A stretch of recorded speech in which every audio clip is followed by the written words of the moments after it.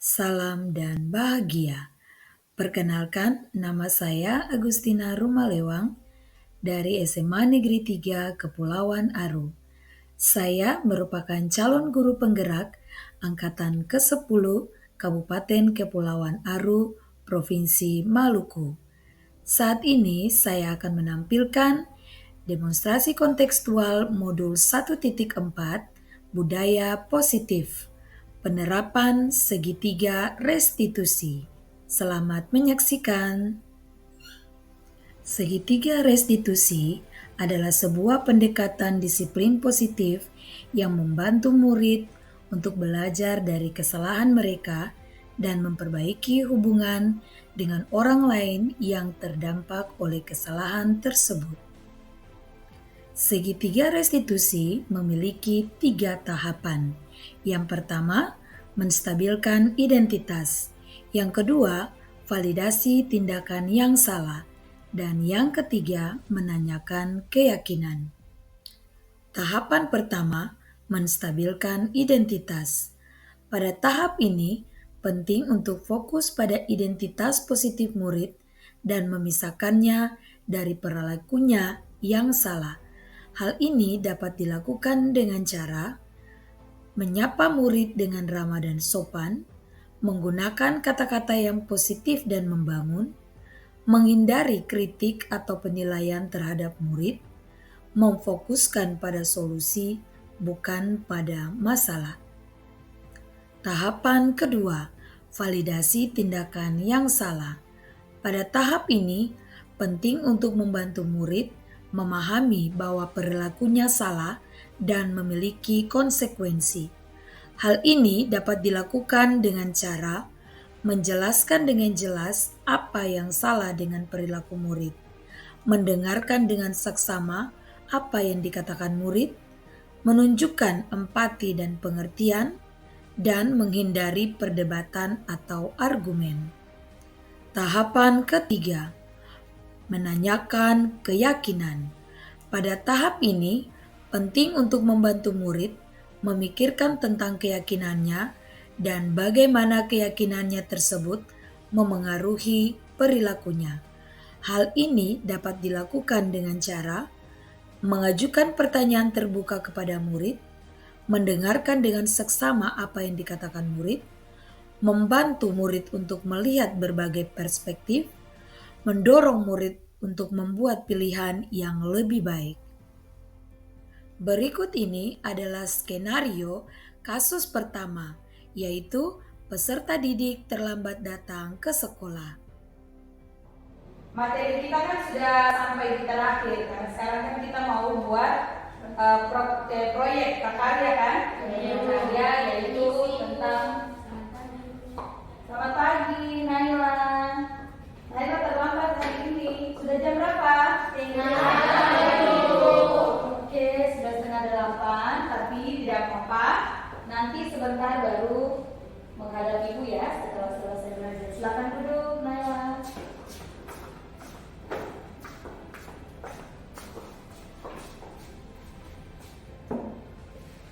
Kita lanjut ya materinya. Halo Naila, apa kabar? Maaf, Ibu panggil Naila ke sini setelah belajar tadi sesuai janji tadi ya. Karena kejadian tadi pas Ibu masuk sudah mengajar, Naila baru datang. Naila datang terlambat. Kira-kira ada yang ingin Naila sampaikan ke Ibu? Iya, Naila datang terlambat karena bangun kesiangan, tapi tidak bermaksud untuk datang terlambat ke sekolah. Ibu mengerti Naila tentang apa yang Naila jelaskan, tetapi kalau Naila datang terlambat bisa mengganggu proses belajar dari Naila sendiri dan teman-teman. Kira-kira ada yang bisa Naila jelaskan ke Ibu kenapa sampai bisa bangun kesiangan?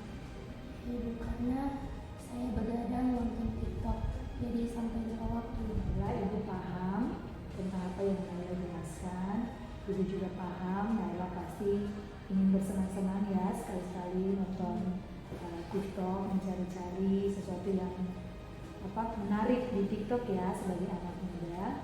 Tetapi lebih penting Naila harus mengatur waktu agar tidak mengganggu kegiatan belajar Naila nanti di sekolah. Kira apa yang bisa Naila lakukan supaya kejadian tadi itu tidak terulang lagi, datang terlambat ke sekolah tadi? Saya akan berusaha untuk tidur lebih awal dan mengatur jadwal belajar dan kegiatan saya lebih teratur. Ya. Oke, terima kasih karena Naila sudah sudah berjanji ke Ibu, tapi Ibu minta juga untuk Naila menepati janji itu, ya.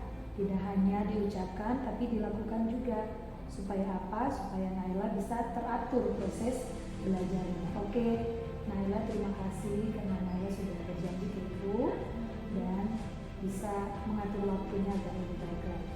Bisa kan Naila? Oke, terima kasih Naila. Skenario kasus kedua. Peserta didik tidur saat pembelajaran berlangsung. Selamat siang semua. Siap, Ibu. Oke. Siap belajar hari ini? Siap, Ibu. Sudah siang ya. Terima kasih untuk semangatnya di siang-siang hari ini. Ya, Ibu. Wah, ada satu teman yang tidur ini. Siapa? Ibu. Sudah tidur dari tadi? Dari jam Ibu. Jam sebelumnya. Berarti mati kayaknya capek nih. Mat? Kenapa? Mengantuk. Oke, bisa ikut pelajaran? Bisa? Oke, kita lanjut pelajaran ya. Amal janji ikut pelajaran. Tapi sebentar nanti menghadap Ibu ya di ruangan. Oke, kita bisa lanjut ya? Bisa, Ibu. Halo Mat, apa kabar? Baik, Bu. Oke, baik ya. Maaf tadi Ibu panggil Mat hari ini untuk menghadap Ibu karena tadi pada saat Ibu masuk untuk mengajar, Mat kedapatan lagi tidur di kelas saat mau belajar.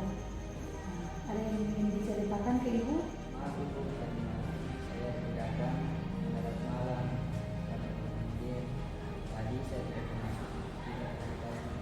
Ibu paham apa yang Mat jelaskan, hanya Ibu mau sampaikan kalau Mat tidur di kelas itu bisa mengganggu proses belajar dari teman-teman dan proses belajar dari Mat sendiri.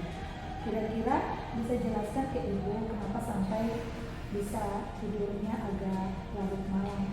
Tadi malam saya begadang bermain game karena menyelesaikan tugas yang sangat sulit. Oke, Ibu paham Mat ingin bersenang-senang main game karena itu hobi ya, Mat ya, itu hobi. Tetapi Ibu harap Mat bisa mengatur waktu dengan baik supaya tidak mengganggu Mat punya proses pembelajaran di kelas. Kira-kira apa yang bisa Mat lakukan supaya kejadian tadi itu tidur di kelas tidak terulang kembali? Saya akan berusaha untuk tidur dari awal dan membatasi waktu bermain game, dan saya akan fokus pada saat kegiatan belajar. Baguslah kalau Mat berjanji seperti itu. Ibu menghargai dan Ibu minta untuk Mat itu sebagai peserta didik mempunyai tanggung jawab untuk mengikuti pelajaran setiap hari dengan baik. Bisa ya Mat ya? Iya Bu. Iya. Oke Mat, silakan. Tanggapan dari peserta didik. Perkenalkan, nama saya Naila Gambar Sinte. Saya berasal dari kelas 10-6 SMA Negeri 3 Kepulauan Ariau. Saya merasa lega dan bersyukur Ibu Rumah Lewang tidak marah atas keterlambatan saya. Saya merasa bersalah dan ingin memperbaikinya. Ibu Rumah Lewang membantu saya memahami kesalahan saya dan menemukan solusi saya yang tepat. Cara Ibu Rumah Lewang membuat saya merasa nyaman dan terbuka untuk berbicara tentang masalah saya. Saya termotivasi untuk membuat jadwal belajar dan tidur saya lebih teratur lagi. Saya yakin dengan cara itu, saya tidak akan terlambat ke sekolah lagi. Terima kasih. Kenalkan, nama saya Mardani Septian dari kelas 10-8 SMA Negeri 3 Kepulauan Ariau. Saya senang Ibu Rumah Lewang tidak mendukung saya, melainkan membantu saya menemukan solusi. Ibu rumah lewang membantu saya memahami konsekuensi dari tindakan saya dan menemukan cara untuk memperbaiki. Cara ibu rumah lewang membuat saya merasa bertanggung jawab atas tindakan saya dan ingin menjadi peserta didik yang lebih baik. Saya termotivasi untuk mengatur waktu dengan lebih baik dan fokus pada belajar. Saya yakin dengan cara ini saya bisa menghindari bermain game berlebihan dan fokus pada belajar. Akhir kata, tergerak hati, bergerak bersama, menggerakkan perubahan. Sekian dan terima kasih. Semoga menginspirasi.